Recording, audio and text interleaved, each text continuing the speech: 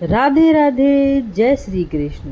कैसे हैं आप सभी लोग। स्वागत करती हूं आपका सीमा पाठक ब्लॉग में। तो आज हम लेके आए हैं जगन्नाथ भगवान की एक और कहानी जो कर्माबाई से जुड़ी हुई है। आखिर क्यों जगन्नाथ भगवान को खिचड़ी का भोग लगाया जाता है। अगर आप जगन्नाथ मंदिर गए हैं तो आपने देखा होगा कि वहाँ सबसे पहले खिचड़ी का भोग लगाया जाता है। दरअसल इसके पीछे एक कथा बताई जाती है। बताया जाता है कि भगवान जगन्नाथ की एक परम उपासक भक्त थी कर्माबाई, जो भगवान को अपना पुत्र मानती थी और उसी तरह उनसे स्नेह भी करती थी। कर्माबाई काफ़ी वृद्ध महिला थी, लेकिन हर रोज भगवान जगन्नाथ का भोग लगाना नहीं भूलती थी। एक बार कर्माबाई के मन में आया, क्यों ना एक बार अपने हाथों से भगवान जगन्नाथ को भोग लगाया जाए। लेकिन उनके मन में एक शंका भी थी कि क्या वह उनको पसंद आएगा भी या नहीं। कर्माबाई एक पुत्र के रूप में ठाकुर जी के बाल रूप की उपासना करती थी, उनको लाड़ प्यार भी करती थी। एक दिन कर्माबाई की इच्छा हुई कि ठाकुर जी को फल मेवे की जगह अपने हाथ से कुछ बनाकर खिलाया जाए। उन्होंने प्रभु को अपनी इच्छा के बारे में बताया। भगवान तो भक्तों के लिए सर्वदा प्रस्तुत हैं। तो प्रभु जी बोले, माँ, जो भी बनाया हो वही खिला दो, बहुत भूख लगी है।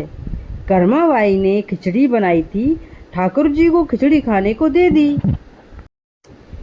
प्रभु बड़े चाव से खिचड़ी खाने लगे और कर्माबाई यह सोचकर भगवान को पंखा झलने लगी कि कहीं गर्म खिचड़ी से मेरे ठाकुर जी का मुंह ना जल जाए।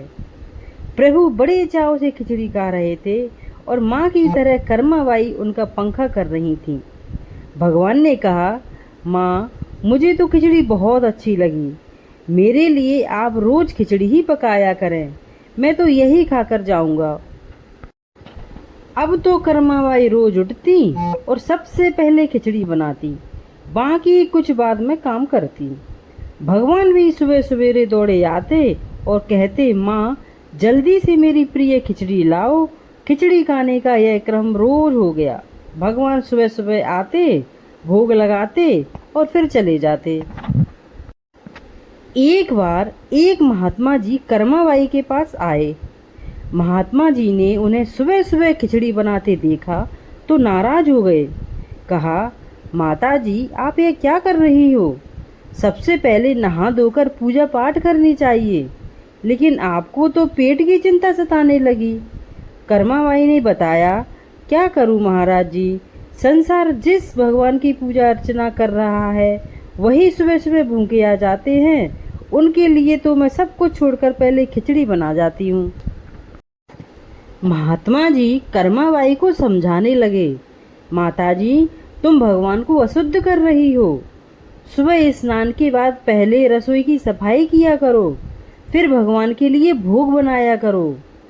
फिर अगले दिन कर्माबाई ने यही काम किया। भगवान सुबह आए और खिचड़ी मांगने लगे तो कर्माबाई ने कहा, प्रभु, मैं अभी स्नान कर रही हूँ, थोड़ा रुको।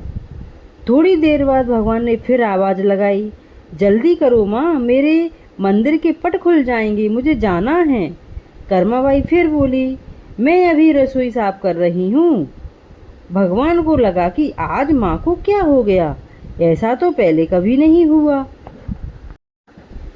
फिर जब कर्माबाई ने खिचड़ी परोसी तब भगवान ने झटपट करके जल्दी जल्दी खिचड़ी खाई, मगर आज भी खिचड़ी में स्वाद नहीं था।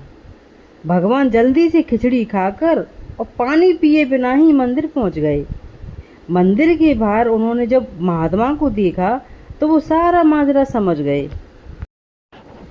ठाकुर जी के मंदिर के पुजारी ने जैसे ही मंदिर के पट खोले तो देखा भगवान के मुख पर खिचड़ी लगी हुई है। पुजारी बोले, प्रभु जी, यह खिचड़ी आपके मुख पर कैसे लग गई।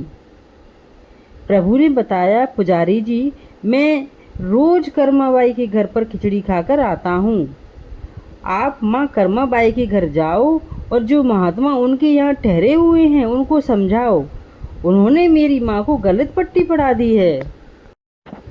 पुजारी जी ने महात्मा जी से जाकर सारी बात कही कि भगवान भाव के भूखे होते हैं। यह सुनकर महात्मा जी घबरा गए और तुरंत कर्माबाई के पास जाकर कहा, माता जी माफ़ करो हमें, ये नियत धर्म तो हम संतों के लिए है। आप तो जैसे पहले खिचड़ी बनाती थीं वैसे ही बनाया करें। आपके भाव से ही ठाकुर जी खिचड़ी खाते हैं।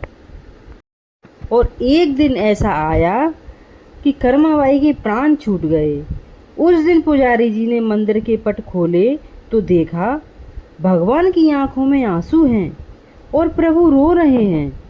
पुजारी जी ने तो पूछा। भगवान ने बताया, पुजारी जी आज मेरी माँ कर्माबाई इस लोक को छोड़कर मेरे निज लोक को विदा हो गई हैं। अब मुझे खिचड़ी कौन बनाकर खिलाएगा? पुजारी जी ने कहा, प्रभु जी आपको माँ की कमी महसूस कभी नहीं होगी। आज के बाद आपको सबसे पहले खिचड़ी का भोग ही लगेगा। इस तरह आज भी जगन्नाथ भगवान को खिचड़ी का भोग लगाया जाता है। तो फ्रेंड्स, ये थी कहानी कर्माबाई की और जगन्नाथ भगवान की कि सबसे पहले जगन्नाथ भगवान को खिचड़ी का भोग क्यों लगाया जाता है। इस वीडियो में हमने जाना। तो फ्रेंड्स, कैसी लगी मेरी वीडियो, कैसी लगी कर्माबाई की कहानी, कैसी लगी उनकी श्रद्धा भाव जो जगन्नाथ भगवान के लिए थे। तो ये कहानी हमें यह दर्शाती है कि भगवान सिर्फ भाव के भूखे होते हैं। तो कैसी लगी मेरी वीडियो? अगर अच्छी लगी हो तो लाइक करिए, शेयर करिए और सब्सक्राइब भी करिए। जो लोग मेरी इस वीडियो को पहली बार देख रहे हैं उनसे भी रिक्वेस्ट है, सब्सक्राइब करें, लाइक करें और कमेंट्स करें।